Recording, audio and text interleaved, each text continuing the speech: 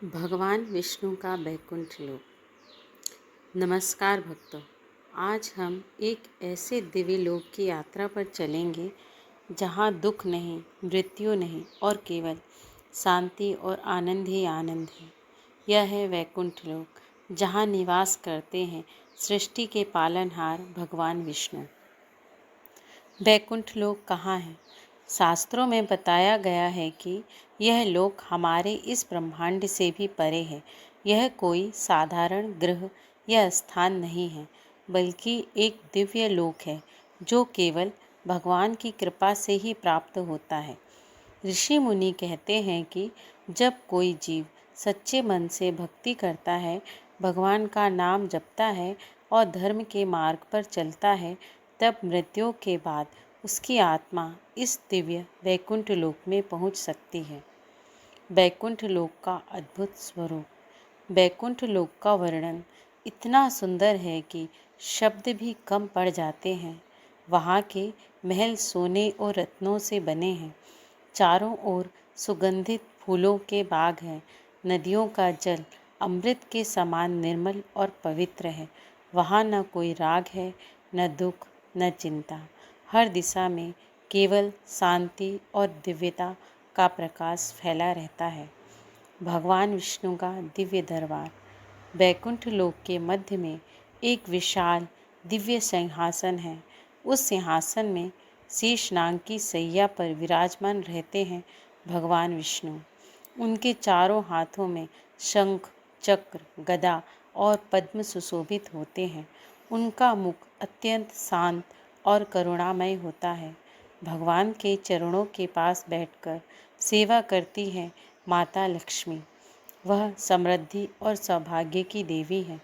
जब भक्त भगवान के दर्शन करते हैं तो उनके मन में असीम शांति और आनंद भर जाता है। वैकुंठ के द्वारपाल। वैकुंठ के प्रवेश द्वार पर दो शक्तिशाली द्वारपाल खड़े रहते हैं। उनके नाम है जय और विजय। कहा जाता है कि भगवान विष्णु के सबसे प्रिय सेवक हैं। उनका कार्य है वैकुंठ के द्वार की रक्षा करना। लेकिन एक बार उनसे एक बड़ी भूल हो गई थी। जय और विजय की कहानी। एक बार चार महान ऋषि सनक, सनंदन, सनातन और सनत कुमार वैकुंठ लोक में भगवान विष्णु के दर्शन के लिए आए। लेकिन जय और विजय ने उन्हें पहचान नहीं पाया और उन्हें रोक दिया। ऋषियों को यह अपमान लगा और उन्होंने क्रोध में आकर जय और विजय को श्राप दे दिया। श्राप के कारण उन्हें 3 बार पृथ्वी पर असुर के रूप में जन्म लेना पड़ा। पहले जन्म में वे बने हिरण्याक्ष और हिरण्यकश्यप। दूसरे जन्म में बने रावण और कुंभकर्ण। तीसरे जन्म में बने शिशुपाल और दंतवक्र। हर जन्म में भगवान विष्णु ने ही उन्हें मोक्ष देकर वापस वैकुंठ भेजा। वैकुंठ लोक की सबसे बड़ी विशेषता। वैकुंठ लोक में पहुँचने के बाद आत्मा को फिर जन्म नहीं लेना पड़ता।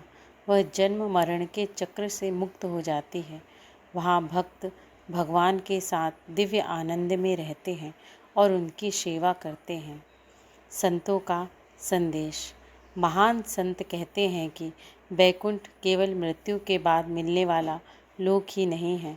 अगर किसी के हृदय में सच्ची भक्ति, प्रेम और भगवान का नाम बस जाए तो वही हृदय वैकुंठ बन जाता है। इसलिए कहा गया है, जहाँ भगवान विष्णु का नाम है वही वैकुंठ है।